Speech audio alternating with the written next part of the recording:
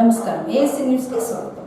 Microsoft gates foundation అధినేత bill gates Andhra Pradesh పర్యటనలో భాగంగా సోమవారం రాష్ట్ర సచివాలయం మొదటి బ్లాక్కు చేరుకోగా ముఖ్యమంత్రి చంద్రబాబు నాయుడు మంత్రులను పరిచయ కార్యక్రమంలో విద్యుత్ శాఖ మంత్రి గొట్టిపాటి రవికుమార్ను పరిచయం చేశారు. మంత్రి రవికుమార్ బిల్ గేట్స్ కు నమస్కరించి స్వాగతం పలికారు.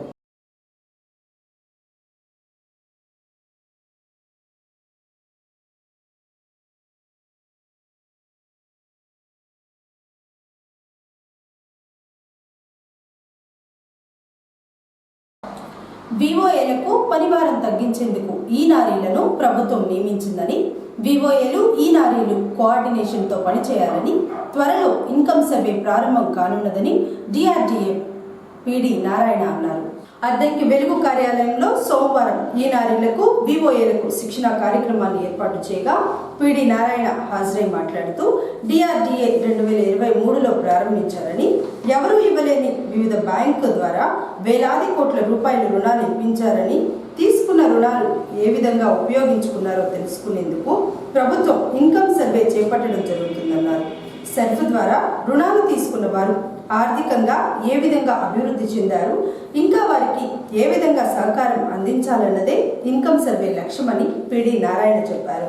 ప్రకాశం, మార్కాపురం జిల్లాలో సుమారు 5 లక్షల మంది స్వయం సహాయక సభ్యులు ఉన్నారని, వీరందరి ఇన్కమ్ సర్వే వివరాలు ఇచ్చిన యాప్లో నమోదు చేయాలన్నారు. ఇన్కమ్ సర్వే 3 రోజుల్లో పూర్తి చేయాలని పిడి నారాయణ తెలియజేశారు. ఫస్ట్ ఒక చిన్న పని మీద తీసుకున్నాం.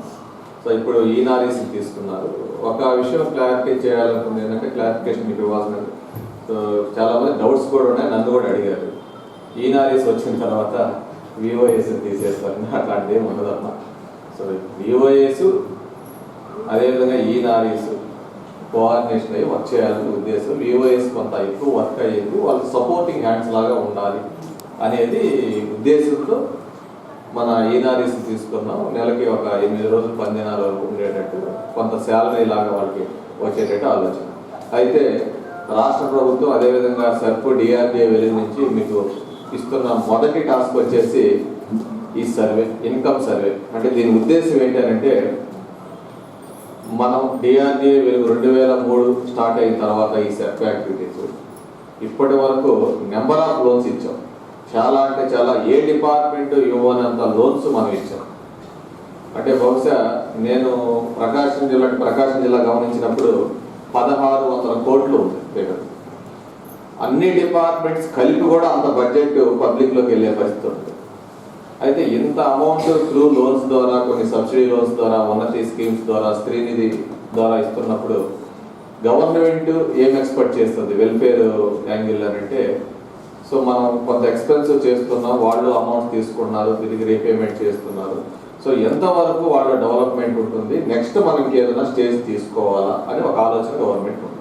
సో ఆ థాట్ని ఇంప్లిమెంట్ చేయడానికి ఇప్పుడు ఒక ఇన్కమ్ సర్వేని చేస్తున్నాం. దీని ఉద్దేశం ఏంటంటే, అసలు ఇప్పటి వరకు మనం సపోర్ట్ చేసిన దాని ప్రకారం, అంటే మనం లోన్స్ ఇచ్చాం, జనరల్ లోన్స్ ఇచ్చాం.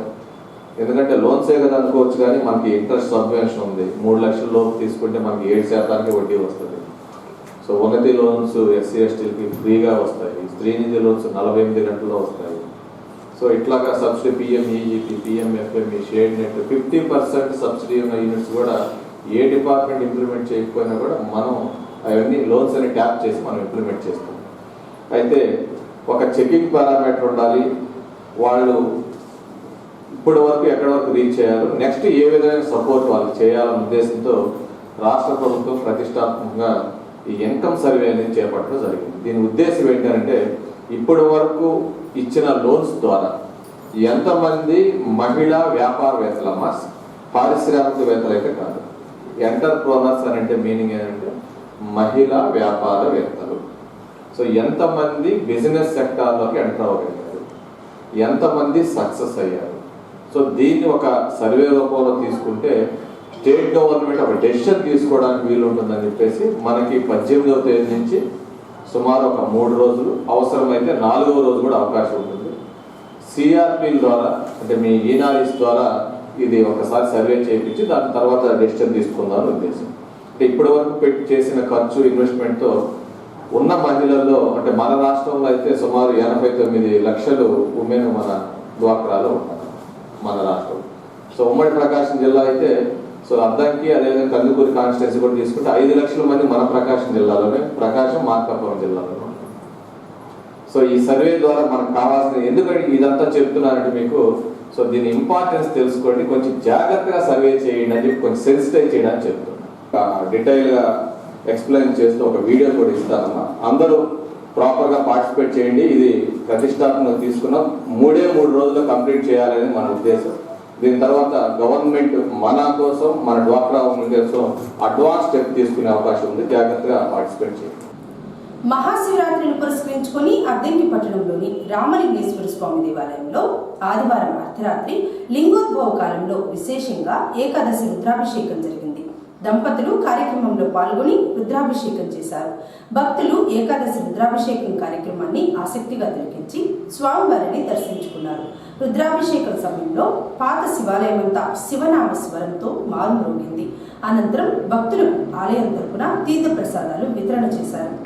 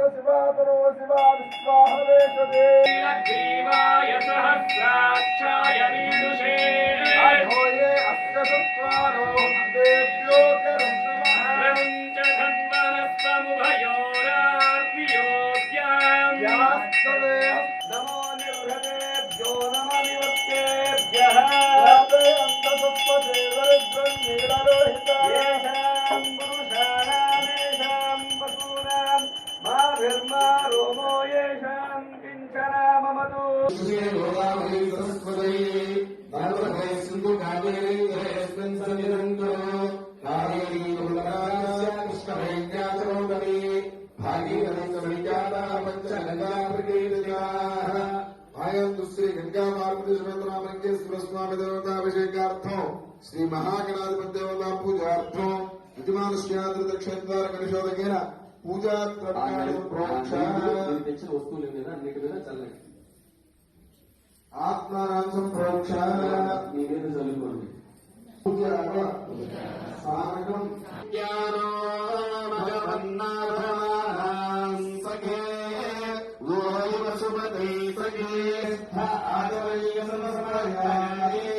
ఉపచారిక స్నానో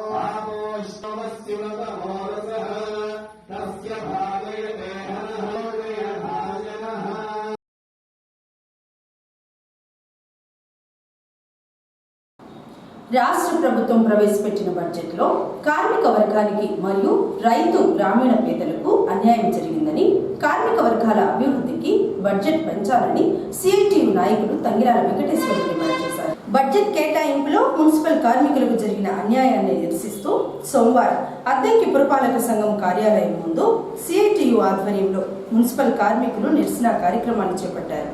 ఈ సందర్భంగా వెంకటేశ్వర్లు మాట్లాడుతూ మున్సిపల్ కార్మికులు గతంలో చేసిన సమ్మెకాలం నాటి హామీలు అమలు చేసి 12వ PRC ప్రకారం వేతనం పెంచి బడ్జెట్లో నిధులు కేటాయించాలన్నారు. ఉద్యోగ భద్రత కల్పించి కనీస వేతనం అమలు చేయాలని, రాష్ట్రంలో ఉన్న స్కీమ్ వర్కర్లకు కూడా బడ్జెట్లో ఎటువంటి కేటాయింపులు చేయలేదన్నారు. ఇప్పటికైనా ప్రభుత్వం స్పందించి బడ్జెట్లో మార్పులు చేర్పులు చేసి మున్సిపల్ కార్మికులకు, రైతు మరియు పేదల కోసం బడ్జెట్ సవరించాలని డిమాండ్ చేశారు. లేని పక్షంలో ఆందోళనలు తీవ్రంగా ఉంటాయని వెంకటేశ్వర్లు హెచ్చరించారు. రాష్ట్ర ప్రభుత్వం 2026-27 సంవత్సరానికి నిన్న బడ్జెట్ ప్రవేశపెట్టడం జరిగింది. రాష్ట్ర బడ్జెట్ మొత్తం 3,32,000 కోట్ల రూపాయలు బడ్జెట్ ప్రవేశపెట్టింది. బడ్జెట్లో కార్మికులకు సంబంధించినటువంటి అంశాలు ఎక్కడ ప్రస్తావన లేకుండా లేబర్ కోడ్ బిల్లును, కేంద్ర ప్రభుత్వం తీసుకొచ్చినటువంటి బిల్లును బలపరుస్తూ కార్మికుల యొక్క పని గంటలను పెంచేదానికోసం, కార్మికుల యొక్క హక్కులను కాలరాసే విధంగా బడ్జెట్లో మాట్లాడటం అనేది చాలా దుర్మార్గమైనటువంటి విషయంగా మేము ఈ సందర్భంగా తెలియజేస్తూ ఉన్నాం. కార్మికులు ఈరోజు 12వ పిఆర్సీ అమలు చేయమని చెప్పేసి అడుగుతూ ఉన్నారు. గత ప్రభుత్వం కార్మికులకు ఇవ్వాల్సినటువంటి కనీస వేతనం ఇవ్వకుండా హామీలు ఇచ్చి వెళ్ళిపోవటం జరిగింది. అప్పుడు ప్రతిపక్షంలో ఉన్నటువంటి తెలుగుదేశం మరియు కూటమిలో ఉన్నటువంటి పార్టీ నాయకులు, మున్సిపల్ కార్మికులు, స్కీమ్ వర్కర్లు శిబిరాల దగ్గరకు వచ్చి మేము అధికారంలోకి వచ్చిన తర్వాత కార్మికులు, మున్సిపల్ కార్మికులు అందరి సమస్యలు మేము పరిష్కారం చేస్తాము, ఈ ప్రభుత్వాన్ని ఓడించండి, మమ్మల్ని గెలిపించండి అని చెప్పేసి చెప్పారు. ప్రభుత్వం అధికారంలోకి వచ్చి ఇప్పటికీ దరిదాపుగా 2 సంవత్సరాలు కావస్తూ ఉంది. ఈ బడ్జెట్లోనైనా మున్సిపల్ కార్మికులకి ఒక మంచి జీతాల పెంపుదల పిలుపు వస్తామని చెప్పేసి ఎదురు చూసాం. కానీ ఆశలు అడియాశలైన కనీసం ప్రస్తావన లేకుండా కార్మికుల్ని ఆబ్కాష్ నుంచి అవుట్సోర్సింగ్ పేరుతోటి ఇళ్లకు పంపించేటువంటి కార్యక్రమాన్ని చేపడుతుందని చెప్పేసి ఈ బడ్జెట్ ప్రసంగం ద్వారా అర్థమవుతా ఉంది. కార్మికులు కనీస వేతనం అడుగుతూ ఉన్నారు, కార్మికుల్ని పర్మనెంట్ చేయమని చెప్పి అడుగుతూ ఉన్నారు, కార్మికులు సమాన పనికి సమాన వేతనం ఏమని అడుగుతూ ఉన్నారు. పారిశుద్ధ కార్మికులు, ఇంజనీరింగ్ కార్మికులు, రాష్ట్ర వ్యాప్తంగా వేలాది మంది కార్మికులు ఈరోజు పట్టణాన్ని శుభ్రం చేయటంలో, ప్రజల ఆరోగ్యాన్ని కాపాడటంలో ముఖ్య భూమిక పోషిస్తూ ఉన్నారు. పట్టణాభివృద్ధికి బడ్జెట్లో 40,500 కోట్లు కేటాయించారు. అంటే గత బడ్జెట్లో 35,000 కోట్లు 600 కేటాయించారు. అంటే ఇప్పుడు కనీసం 500 కోట్లు పెంచామని చెప్తున్నారు. అంకెల గారడి తప్ప ఈ బడ్జెట్లో ప్రజలకు ఉపయోగపడినటువంటి, కార్మికులకు ఉపయోగపడినటువంటి, రైతులకి, పేదలకి, అందరి వర్గాలకు, పేద వర్గాలకి నష్టం చేకూర్చే విధంగా ఈ బడ్జెట్ ప్రకటన చూస్తూ ఉన్నాం. అదేమంటే మొత్తం ప్రైవేటు పరం, PPP విధానం అంటున్నారు. ప్రైవేటు పబ్లిక్ పార్ట్నర్షిప్ తోటి ప్రభుత్వం సేవల నుంచి తప్పుకునే పరిస్థితి, కార్మికుల హక్కులను కాలరాసే విధంగా మొత్తం రాష్ట్రంలోనే మొత్తం ప్రైవేటు పరం చేసేటువంటి విధానాన్ని తీసుకొస్తామని చెప్తా ఉన్నారు.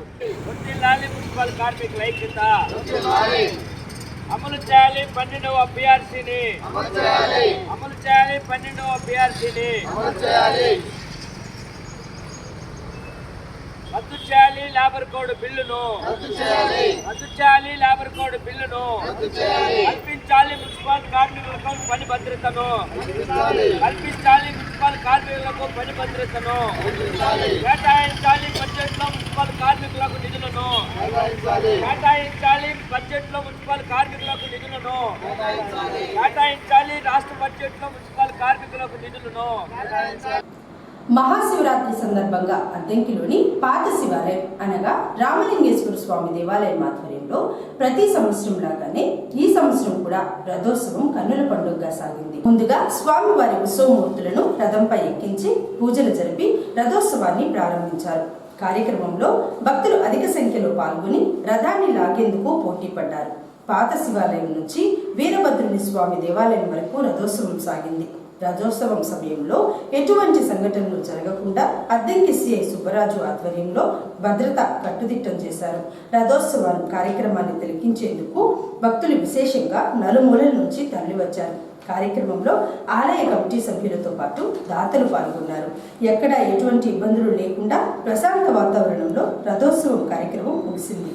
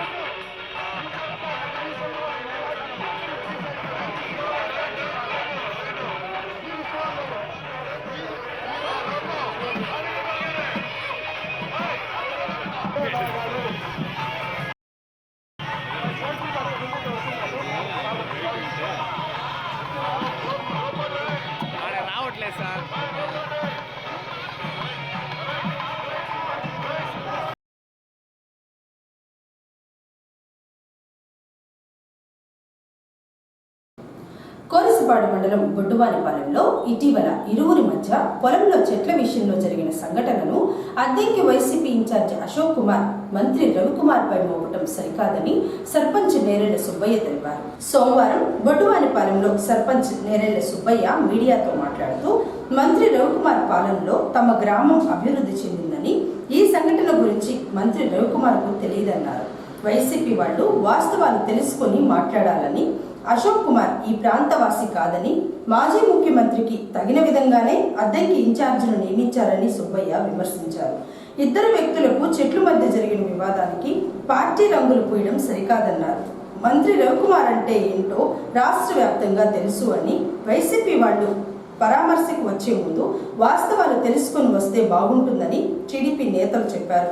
మంత్రి రవికుమార్ అహింసావాది అని గుర్తు చేశారు. ఈరోజు మన అద్దెంకి నియోజకవర్గ వైఎస్ఆర్సిపి పార్టీ ఇన్ఛార్జి చింతల అశోక్ గారు, ఈయన మన ఏరియా కాదు, మన దగ్గర మనిషి కాదు. ఇతనికి విషయాలు ఏమీ తెలియదు. అక్కడున్న మాజీ ముఖ్యమంత్రి జగన్మోహన్ రెడ్డి గారు కూడా అతని మైండ్ తగ్గట్టుగానే ఇతన్ని నియమించుకున్నాడు. ఎందుకంటే ముఖ్యంగా 2 రోజుల క్రితం ఇద్దరు వ్యక్తులకి స్థలం దగ్గర ఒక చింతం దుర్గారావు అనే వ్యక్తి పెద్దిరెడ్డి సుబ్బారెడ్డి అనే అతన్ని, అయ్యా నీ స్థలంలో ఉన్న చెట్లు నా పొలంలోకి వస్తున్నాయి అంటే పెద్ద చెట్లు అయ్యి వంగిపోయినాయి. అతను దాదాపుగా పొలంలో పైరు 6 ఎకరం పైగా కూడా ఖరాబ్ అయిపోయింది. గతంలో పలుమార్లు చెప్పాడు. గతంలో కూడా ఒకసారి చెప్పగానే వాళ్ళ ఇంట్లో తండ్రి, వాళ్ళ తల్లి, సుబ్బారెడ్డి ఈ ముగ్గురు కలిసి కూడా చింతం దుర్గారావు అనే అతన్ని కొట్టడం జరిగింది. అదేవిధంగా తర్వాత మరలా 2 రోజుల క్రితం వెళ్ళి గతంలో కూడా చెప్పాను, ఆ చెట్లు తీయించండి లేదా కొమ్మల వరకు కొట్టించుకోండి అని చెప్పేసి వెళ్ళిపోయాడు. తిట్టుకుంటూ వెళ్ళాడు. అతని ఇంటికి వెళ్ళి చింతం దుర్గారావు అనే అతని గుడిసె దగ్గరకు, ఇంటి దగ్గరకు వెళ్ళి వీళ్ళు 4 వ్యక్తులు కలిసి కొట్టి వచ్చి మరలా వైఎస్ఆర్సిపి పార్టీ ఇన్ఛార్జి చింతల అశోక్ గారికి, అదేవిధంగా వైవి భద్రారెడ్డి గారికి, వీళ్ళ మరియు మండల పార్టీ నాయకులు, గ్రామ పార్టీ కార్యకర్తలు, నాయకులు దాదాపుగా ఒక 200 మందిని కూర్చి ఇక్కడ ఏదో పెద్ద అన్యాయం జరిగిందన్నట్టుగా మీడియా సమావేశం చేసి వెళ్ళారు. నేను కోరసపాడు మండల ప్రధాన కార్యదర్శిని. ఈరోజు బొడ్డువానిపాలెంలో 2 రోజుల క్రితం ఒక ఇష్యూ జరిగింది. దాన్ని రాజకీయ రంగు ముసుగులో ఈరోజు మన అద్దెకి ఇన్ఛార్జి గారు వచ్చి అది రాజకీయ కుట్ర, గొట్టిపేట రవికుమార్ గారు చేయించాడని అంటున్నాడు. కానీ అది మంచి పద్ధతి కాదండి. మాకు మా ముఖ్యమంత్రి గారు లోకేష్ గారు, మా గొట్టిపేట రవికుమార్ గారు ఇలాంటిని ప్రోత్సహించే తత్వం కాదు, మా సిద్ధాంతం అది కాదు. దయచేసి సొంత గెట్టులు కాడదాన్ని తీసుకొచ్చి పార్టీ మీద పొలవటం చాలా దారుణమైన విషయం. అక్కడ ఉన్న విషయాలు తెలుసుకోకుండా ఇలాగ మాట్లాడటం మంచి పద్ధతి కాదని నేను ఈ మీడియా ముందు సమూహంగా తెలియజేస్తున్నాను. ఏసీ న్యూస్ ఇంతటితో సమాప్తం. నమస్కారం.